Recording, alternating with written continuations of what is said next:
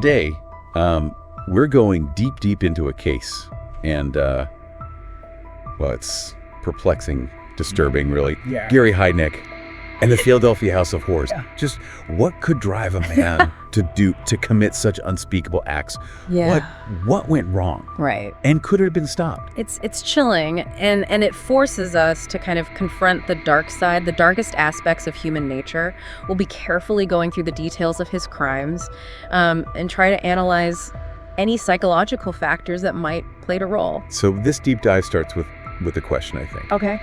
What would possess a man to kidnap, torture, and murder 6 women Yeah. and hold them captive in a pit I know. beneath his own home? To understand, we have to start at the beginning. Right. Delve into Heidnik's past. Look at his psyche, and look at the events that led to these horrific acts. So Heidnik's Wikipedia page paints a pretty bleak picture Yeah. of his early life. Troubled childhood, Right. marked by abuse, humiliation from his father, and this strange dichotomy. A high IQ, Yeah. but significant social struggles. What can you tell us about how these early experiences might have shaped him? Well, early childhood experiences, they're crucial Yeah. in shaping a person's personality Yeah. and social development. Of course. Now, while we can't draw a direct line from bedwetting humiliation, Right. the horrors he inflicted later, such Yep. experiences, they can leave really deep psychological scars. Yeah. Imagine a young boy with a brilliant mind struggling to connect with others, feeling ostracized and misunderstood. The impact of such a childhood can be, profound and long-lasting. And adding to that complexity is his military record. Right. He was honorably discharged after a diagnosis of schizoid personality disorder. Yeah, For those unfamiliar with this condition, what does it entail? sure. And how might it have manifested in Heidnik's life? Well, schizoid personality disorder is characterized by a detachment from social relationships and a limited range of emotional expression. Individuals with this disorder often appear withdrawn, aloof, and indifferent to praise or criticism. Now, it's vital to understand that this diagnosis in itself doesn't explain or excuse his later actions. Right. It's a piece of the puzzle, Yeah. a glimpse into his internal world. A world that seemed isolated and detached from the social norms most of us adhere to. Right. It's a piece of a complex puzzle. Yeah. And his adulthood reveals a pattern of striving for normalcy, Right. pursuing a nursing career, getting married, Yeah. but punctuated by psychiatric hospitalizations and suicide attempts. A chilling cycle. It speaks to a deep internal struggle, Yeah. a constant push and pull between seeking connection and retreating further into isolation. Right. It underscores the cyclical nature of mental illness, the often desperate attempts to find stability while battling inner turmoil. One can't help but wonder, had he received consistent and adequate mental health support, would things have turned out differently? It's a haunting question. And then there's the disturbing aspect of his church, Right. the United Church of the Ministers of God. This is where things take an even darker turn. Right. What was the motivation behind this facade? Yeah. Was it a genuine attempt at spiritual connection, a warped understanding of faith, or a calculated means to manipulate and control vulnerable individuals seeking solace and belonging? Right. The lines blur, and the potential for manipulation within such a closed community is a chilling thought. His marriage also raises serious red flags. Yeah. According to sources, he forced his wife to watch him with other women and faced accusations of rape and assault. This is a clear indication of a disturbing power dynamic Oh, yeah? and a complete disregard for the well-being of others. Yeah. It points to a deeply distorted understanding of relationships and the devastating impact of his actions on those closest to him. It's horrifying. Yeah. These early signs of abuse and control foreshadow the atrocities to come. Yeah. In 1978, years before the House of Horrors, he kidnapped, raped, and imprisoned his girlfriend's sister in his basement. This act underscores the escalating nature of his criminal behavior. Right. He was already demonstrating a pattern of violence and captivity, Right. a pattern that would culminate in something far more sinister. Yeah. It raises a crucial question. Could this tragedy have been prevented? Were there missed opportunities to intervene, to recognize the warning signs and stop him before his crimes escalated further? These are questions that continue to haunt us as we delve deeper into this case. And then, in 1986, a horrifying chapter unfolds. Heidnik begins a reign of terror, kidnapping 6 women and imprisoning them in that same basement, in conditions that defy comprehension. It's the calculated nature of his actions that's just so chilling. He specifically targeted vulnerable women struggling with poverty, addiction, or mental health issues. He'd lure them in with promises of help and support, exploiting their desperation and turning their hopes for a better life into a nightmare. The Wikipedia article details the horrific conditions of their captivity. They were chained, starved, abused, Oh, God. and subjected to unimaginable psychological and physical torment. It's hard to even fathom the level of suffering these women endured. He exerted absolute control, dictating every aspect of their lives, forcing them to participate in these bizarre rituals, playing psychological games to pit them against each other, and using electric shock as a tool of torture and control. It's a horrifying example of how a disturbed mind can manipulate and exploit the vulnerabilities of others for their own perverse satisfaction. One of the victims, Sandra Lindsay, tragically died from a combination of starvation, torture, and an untreated fever. What Heidnik did with her body afterward, Yeah. it's almost too gruesome to describe. Oh, man. He dismembered her body, cooked parts of her remains, and even spread rumors of cannibalism, though that was later disputed. Even if untrue, the very fact that he would even think to concoct such a tale, it speaks volumes about his psyche. It suggests a mind capable of not only unspeakable cruelty, but also a chillingly calculated manipulation of perception. Another woman, Deborah Dudley, was electrocuted to death. God. He disposed of her body in the Pine Barrens, further demonstrating his callous disregard for human life. The accounts of his surviving victims are harrowing. They describe being wrapped in duct tape, stabbed in their ears with screwdrivers, and forced to endure unimaginable psychological torment. What's particularly disturbing is the sadistic pleasure he seemed to derive from their suffering. His actions weren't simply about control or dominance. They were about inflicting pain, terror, and humiliation. It's a chilling example of how cruelty can become an end in itself, a perverse source of gratification for a deeply disturbed individual. Amid this darkness, however, a glimmer of hope emerged. Josefina Rivera, one of the captive women, managed to escape. Josefina's escape is a testament to the resilience of the human spirit. Despite enduring horrific abuse and witnessing the deaths of her fellow captives, she never gave up hope. She seized an opportunity, a moment of vulnerability in Heidnik's twisted world, and her actions ultimately led to his capture and the rescue of the remaining women. Her bravery is truly remarkable. Absolutely. It's a reminder that even in the darkest of circumstances, hope and the will to survive can prevail. But the ordeal wasn't over for the survivors. Yeah. The trauma they endured left deep scars, both physical and psychological. Absolutely. The impact of such prolonged captivity and torture is immense.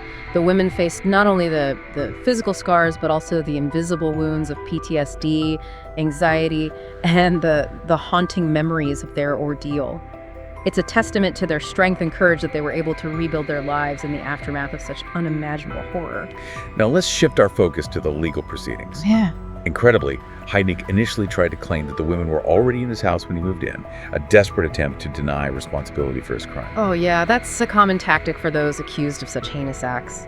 To deny, deflect, and attempt to shift the blame. Right. But the evidence against him was overwhelming. The testimony of the surviving victims, the physical evidence found in his home, and the forensic evidence linking him to the murders painted a clear and damning picture. His defense attorney attempted to mount an insanity plea, arguing that Heidnik's mental state rendered him incapable of understanding the nature and consequences of his actions. The insanity defense is always a complex legal and ethical minefield. In Heidnik's case, the prosecution countered this argument by highlighting his financial success. Right. He had amassed a significant fortune through savvy investments, demonstrating a level of mental competence that contradicted the claim of insanity. His own financial advisor testified that Heidnik was a shrewd investor, Right. fully capable of managing his finances and understanding the complexities of the stock market. This evidence casts serious doubt on the idea that he was completely detached from reality or incapable of understanding the consequences of his actions. It's a fascinating aspect of the case. Yeah. You know, it raises the question, can someone be deemed legally insane while simultaneously exhibiting a high level of competence in other areas of their life?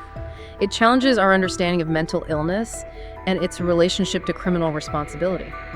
In July of 1988, the jury reached a verdict, finding Heidnik guilty on 2 counts of first-degree murder, 6 counts of kidnapping, 5 counts of rape, 4 counts of aggravated assault, and 2 counts of involuntary deviant sexual intercourse. He was sentenced to death. Even after his conviction, Heidnik's story doesn't end there.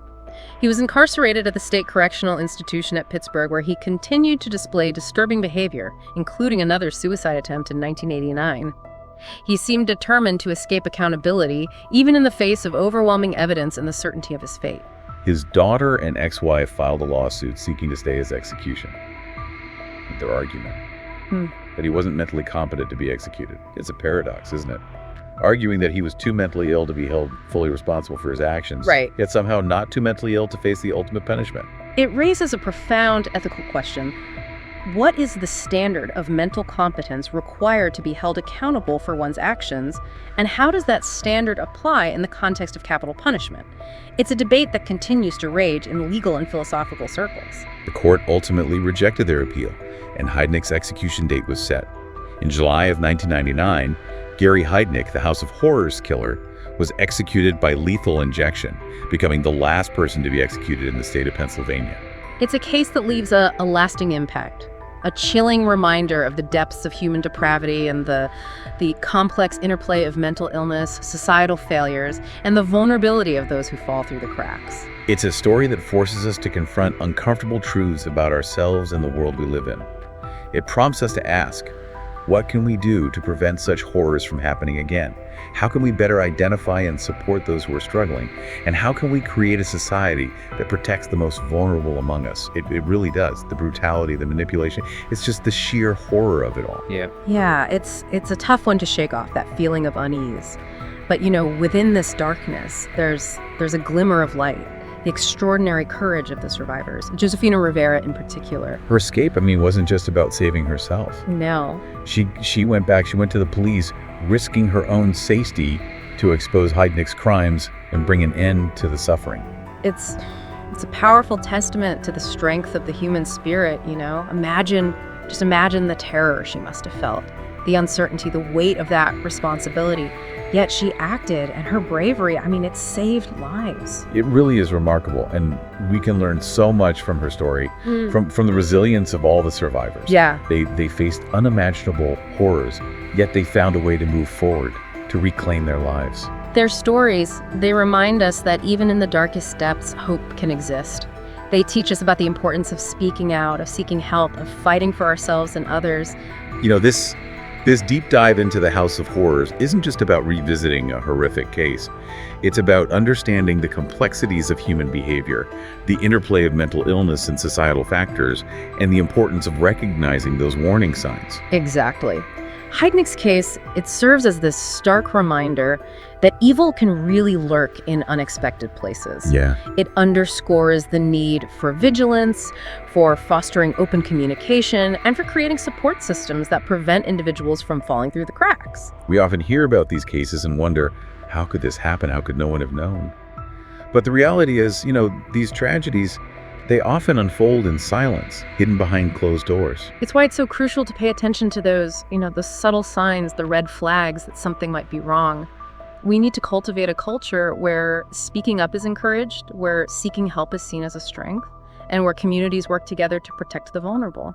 Heidnik's church, the United Church of the Ministers of God, it provides a disturbing example of how isolation and manipulation can thrive. Yeah. It highlights the need for healthy social connections, for belonging within communities that foster genuine support and well-being. It's a reminder that even seemingly harmless facades, they can conceal some pretty dark intentions.